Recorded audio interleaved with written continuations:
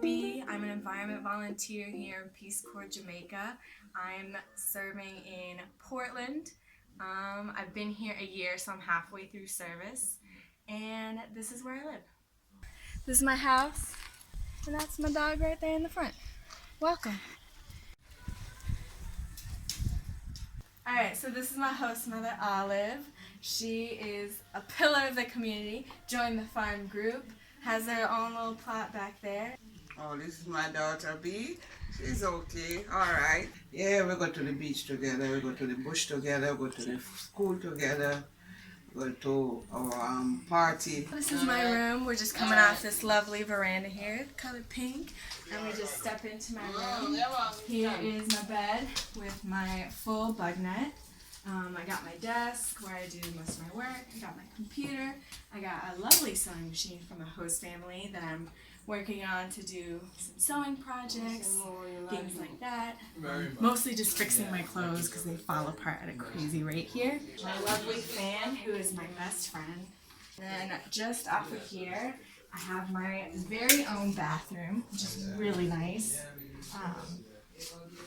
I have fully running water. Unfortunately, the water pressure is terrible, so I never get a shower, but I do get to have nice little bucket baths. And the sink. This is the living room. It's really hot in here, so I don't spend a lot of time in here. And then this is my kitchen.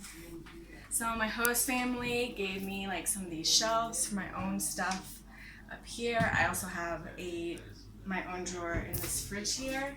And then we even got 2 stoves so that we could both cook comfortably at the same time because it's a kind of a small space. And then this is where I do my laundry. Usually just get my stool out, you get your buckets.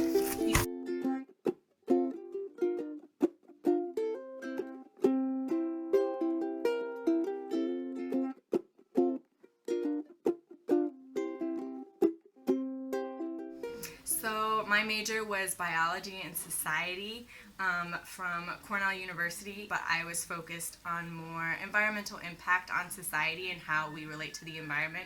But I think the most useful thing to me here has been that right after college I worked for AmeriCorps doing trail building exercises all over New York State. So I have a lot of experience in like erosion control, land management, and a bunch of like sustainable use of the land and how to like interact with your land in a way that minimizes your impact.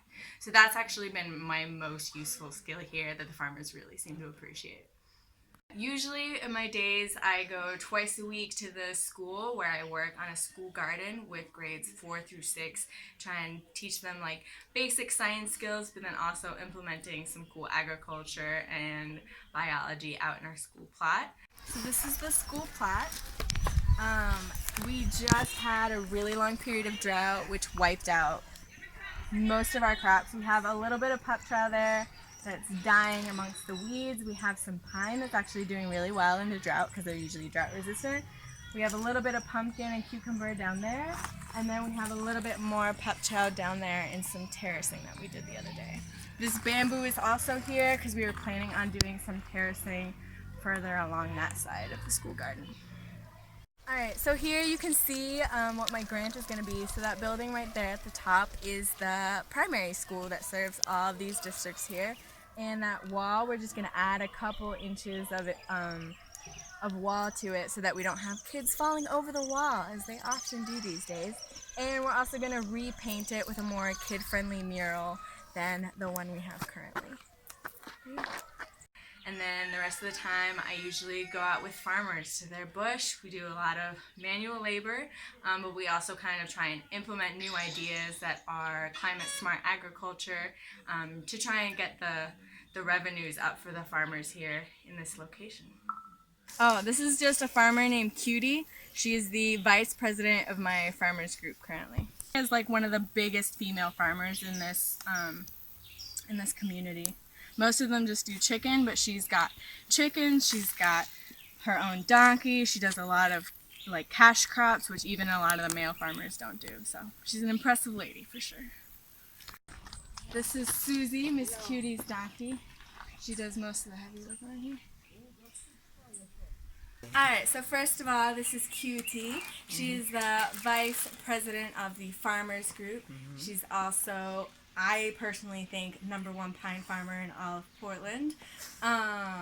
She's got her donkey Suzie, which we met, who is now big fan of Peace Corps. Okay then. For me now, having been here is a wonderful experience and I have learned much from her.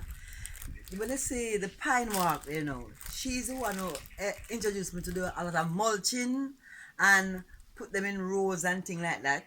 So therefore, I have to feed her my pineapple because she get my the interest that I get. To be honest, she is a great part of it.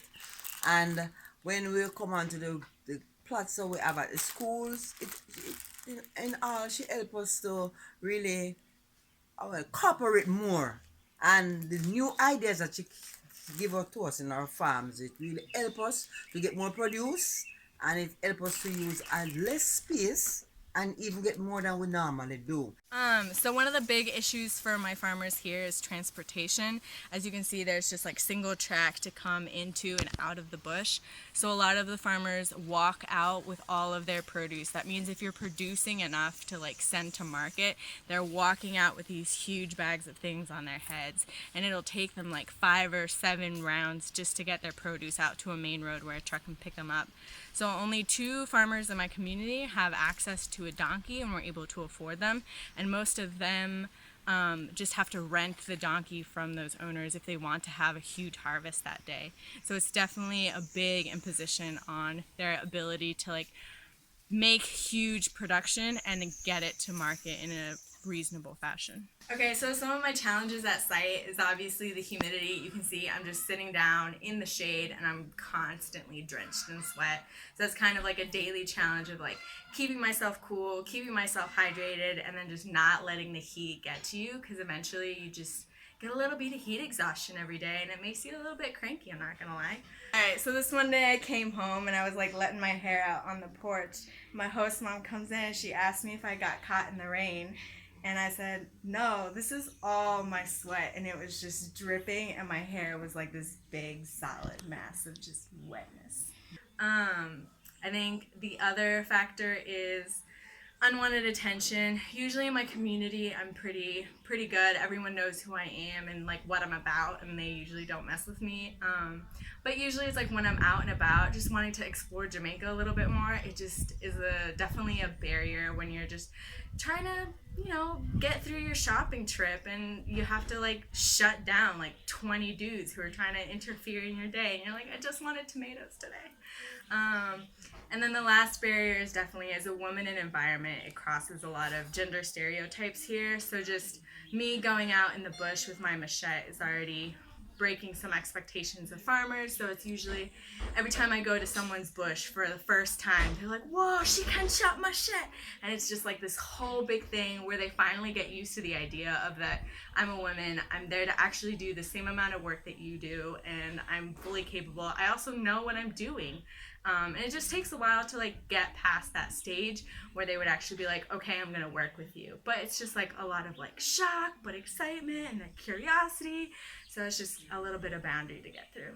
So one of the things that Jamaica has definitely helped me with is just being more forward in all of my interactions with people. I have never had this experience of just stepping into a completely new community where I knew absolutely no one, which is already a challenge even in the States with the added like cultural boundaries here. So just like really being like overly friendly, over enthusiastic about everything, and then like as soon as you bring that energy, people just like respond.